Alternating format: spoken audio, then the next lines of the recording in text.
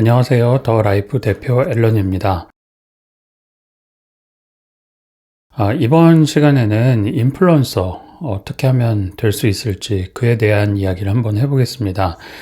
보통 사람들이 일 방문자 2,000명 인플루언서 되기, 네이버 블로그로 인플루언서 되면 수익이 월 1,000만 원이 나온다. 이런 글들이 상당히 많은 것 같습니다. 저는 이런 표현을 믿는 분들이 있는지는 모르겠지만 일단 개인적으로 제가 운영하는 블로그 더 라이프라는 회사 이름과 동일한 블로그가 있는데 그 블로그의 경우 하루에 이제 평균적으로 2,000명 전후로 꾸준히 지금 들어오고 있는 블로그입니다. 인플루언서 제도가 나온 뒤에 신청해서 인플루언서도 등록이 됐고요. 그 이달의 블로그도 2번 사진 카테고리로 선정이 되었습니다. 사실 이런 부분이 나름 이렇게 선정해 주시는 거 굉장히 고맙긴 하지만 저한테는 큰 의미가 없었거든요. 그런데 사람들이 여기에 굉장히 커다란 의미를 두고 있더라고요. 그리고 블로그로 수익을 내기 위해서 정말 악착같이 하다가 번아웃이 왔다든지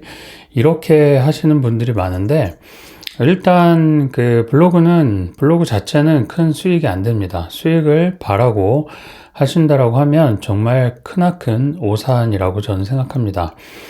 제 블로그의 경우 광고 수입은 이제 10만 원 남짓밖에 안 됩니다.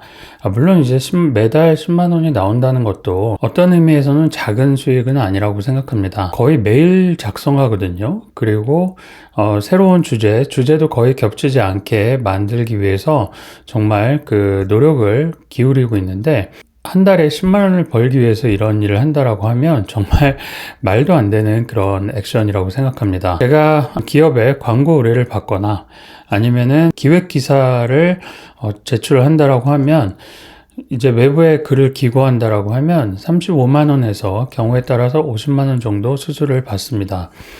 그러면 글 포스팅 하나에 이런 정도의 수수료를 받는데 한 달 동안 정말 열심히 작성해서 수수료가 이제 10만 원 정도 상당이라고 하면 사실 굉장히 보잘 것이 없죠.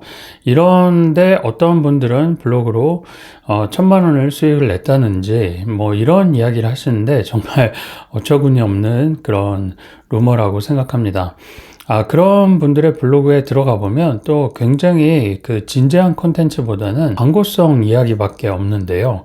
물론 저도 광고를 합니다. 제 그 비즈니스에 대한 광고도 하고 또 개인에 대한 광고도 하고 있는데요. 뭔가 비즈니스에 대한 광고라고 보기에도 너무 정말 허접한 광고들로 가득 채워진 그런 블로그들이 있는데 그런 블로그 주인이 월 1,000만 원 수익을 낸다고 하면서 강의를 하고 책을 쓰고 하시는 거 보면 정말 그분이 그렇게 수익을 낸지는 잘 모르겠습니다. 하지만 저는 사실 좀 믿기 어려운 그런 사실이라고 생각합니다. 본론으로 들어가서요. 이런 인플루언서 블로그는 도대체 어떤 의미가 있을까요? 인플루언서 블로그가 되면 어떤 점이 좋을까요? 이런 질문에 대한 좀 답변을 한번 먼저 드리도록 하겠습니다. 인플루언서 블로그는 자기의 플랫폼을 만든다라고 생각합니다.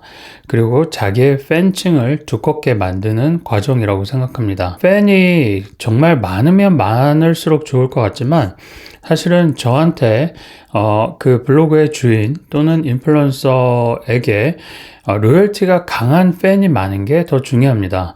그냥 방문자가 많은 거는 사실 큰 의미가 없습니다.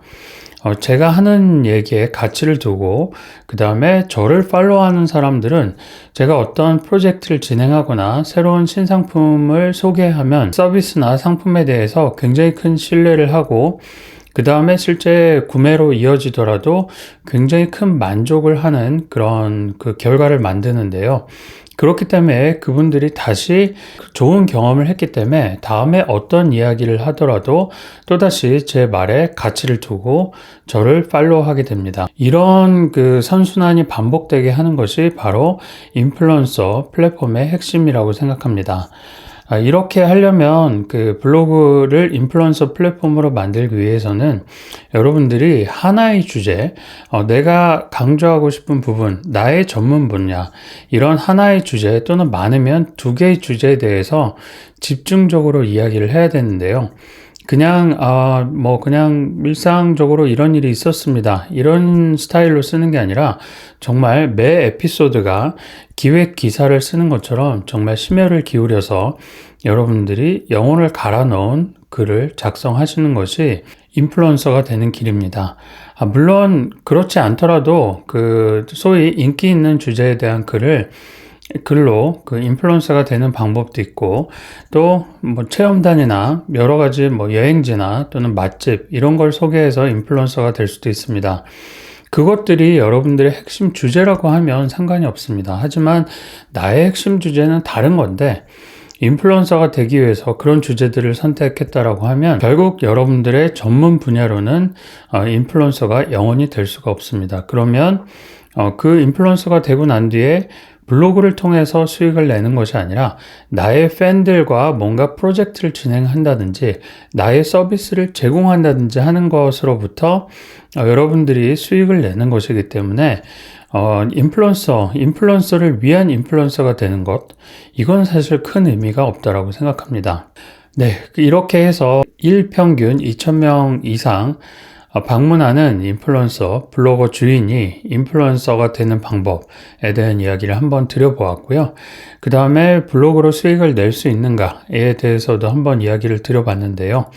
제 결론은 블로그 자체는 수익을 내는 수단이 아니라 글을 통해 나의 팬층을 만들고, 그리고 내가 무언가 홍보하고자 하는 또는 내가 이야기하고자 하는 것에 대한 플랫폼을 만든다라는 개념에서 인플루언서가 되는 그런 쪽으로 접근하시는 것이 맞다라는 이야기를 강조드리고 싶습니다.